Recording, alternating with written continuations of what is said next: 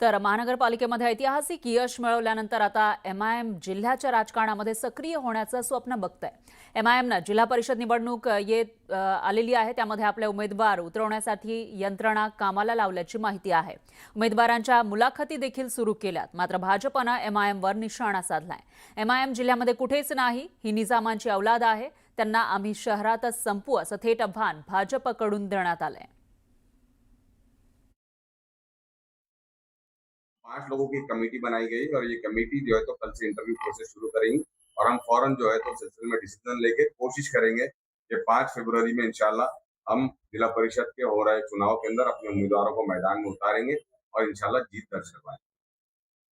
जिल्हा परिषद आणि ग्रामीण भागात काहीच संबंध नाहीये। या खऱ्या तर रजाकारांना आम्ही शहरातच गाडू। जितके आमच्या मतविभाजनामध्ये यांनी संधी घेतली त्यांना शहराच्या बाहेर जाऊ देणार नाही। आणि ती एक मन आहे, मी इम्तियाज जलील यांना सांगू इच्छितो, सरड्याची धाव कुपाट्यापर्यंत असते, हे आमची मराठीत म्हण आहे।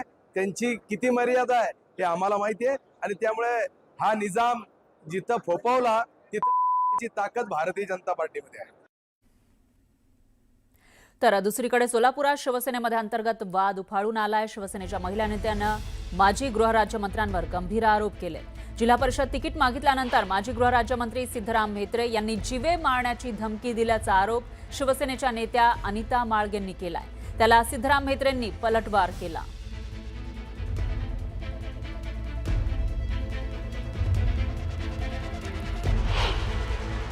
काय करू शकते हे वेळ आल्यानंतर नक्कीच कळेल, कारण एक नारी सप्य भारी। आणि हे सर्व करत असताना आम्ही इच्छुक म्हणून म्हणत असताना आमच्यावरती डायरेक्ट जीवे मारण्याची धमकी, ह्यांना उडवतो म्हणून धमकी, गाडीने खलास करतो म्हणून धमकी, ह्याला पूर्णपणे त्यांच्या ऑफिसमध्ये बोललेलं आमच्याकडे ऑडिओ पण आहे, व्हिडिओ पण आहे। आम्ही उद्याच्या उद्या पत्रकार परिषद घेऊन हे सर्व व्हायरल नक्कीच करणार आहोत। करून एक शेत घालवण्यापेक्षा कशाला हे करता, म्हणून त्यांनी त्याला मला तिकीट आता मिळत नाही म्हणून त्याने गोंधळ सुरू केलेलं आहे। असलं काहीतरी दबाव आणून वरच्या लोकांना म्हणजे मुलाखत दिलं तर वरच्या लोकांपर्यंत जाईल असं। तर परवा त्याने मीटिंगमध्ये पण मुंबईमध्ये त्याने शिंदे साहेबांसमोर हे सगळं पाहुयात पुढची बातमी। रायगडच्या महाडमध्ये विराट गर्दी करा। शिवसैनिकांनी महाडमध्ये जिल्हा परिषद पंचायत समितीच्या निवडणुकीसाठी उमेदवारी अर्ज दाखल केले। जोरदार घोषणाबाजी करत पारंपरिक खालू वाजवत ही रॅली काढण्यात आली।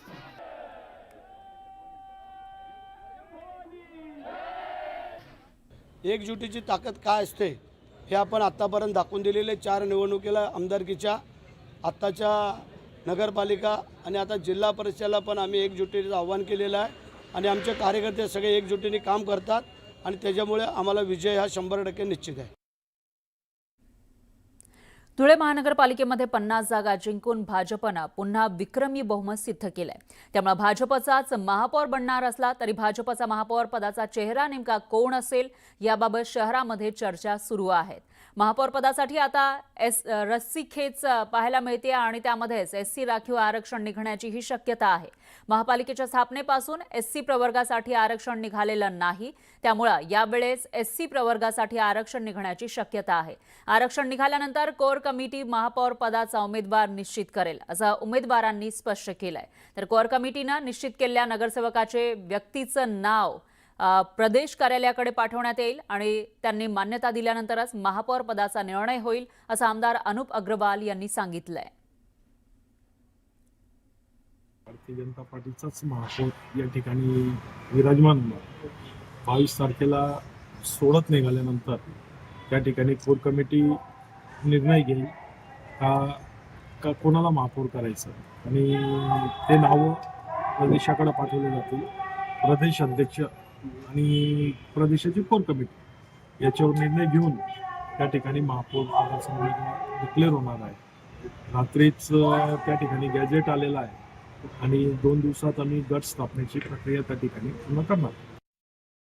एकीकडे 29 महापालिकांमध्ये महापौर कोण होणार याविषयी उत्सुकता आहे, तर दुसरीकडे जिल्हा परिषद निवडणुकीची रणधुमाळी सुरू झाली आहे। मावळ तालुक्यामध्ये ग्रामीण भागातील राजगादी मिळवण्यासाठी राजकीय पक्षांचे डावपेच वेगात सुरू झालेत। जिल्हा परिषद इंदोरी वराळे गटातील उमेदवारी अर्ज भरण्यासाठी भाजप, RPI, शिवसेना शिंदे गटाच्या उमेदवार मेघा भागवत यांनी मोठं शक्ती प्रदर्शन केलं.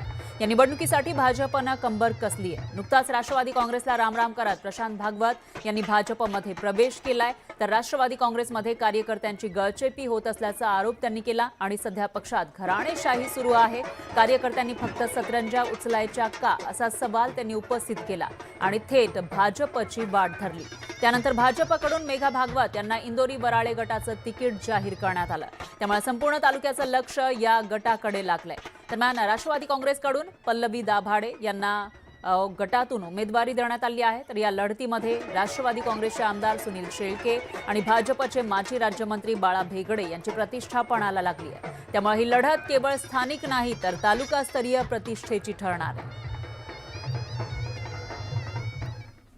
विकासाचं म्हणजे पहिले असणारे स्त्रीचं स्वावलंबन, ती स्वावलंबी आहे पण अजून तिला आर्थिकरित्या मला स्वावलंबन बनवायचं आहे. आणि दुसरं म्हणजे शिक्षण. ज्यावेळेस जिल्हा परिषदच्या मी शाळेत जात होते त्यावेळेस फक्त गोरगरिबांचीच मुलं तिथं शिकतात, पण माझं ध्येय आहे की आज प्रायव्हेट स्कूलमध्ये जशा रांगा लागतात ॲडमिशनसाठी तशा जिल्हा परिषदच्या सुद्धा शाळेमध्ये रांगा लागल्या पाहिजे ॲडमिशनसाठी. आणि त्यांची खेळाडू वृत्ती मला जास्त हे करायची की ज्यावेळेस केसरी मावळ केसरी घेतली त्यावेळेस मला वाटलं की आपण जर प्रोत्साहन दिलं तर ही आपली मुलं अजून पुढे जातील.